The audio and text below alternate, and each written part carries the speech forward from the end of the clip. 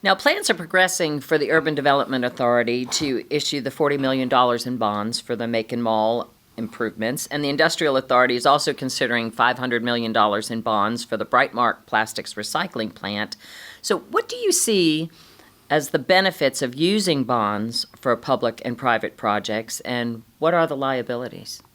Well, every I guess every project carries different liabilities. The $40 million liability is very minimal at best. It's a good way to go on the public market to market bonds, revenue bonds, to raise money.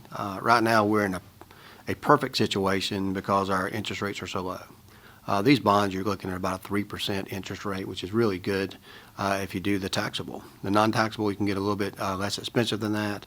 But this allows us to getting large lump sum of money and have this particular bonds get paid back with rent rolls that we already have coming in place. So it's really it's a very unique way to do things, and I think it's something very beneficial to Macon.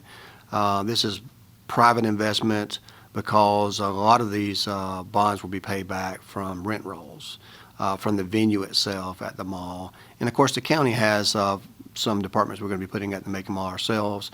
Those functions will never go away, so they're always going to be there. We're always going to be paying rent somewhere.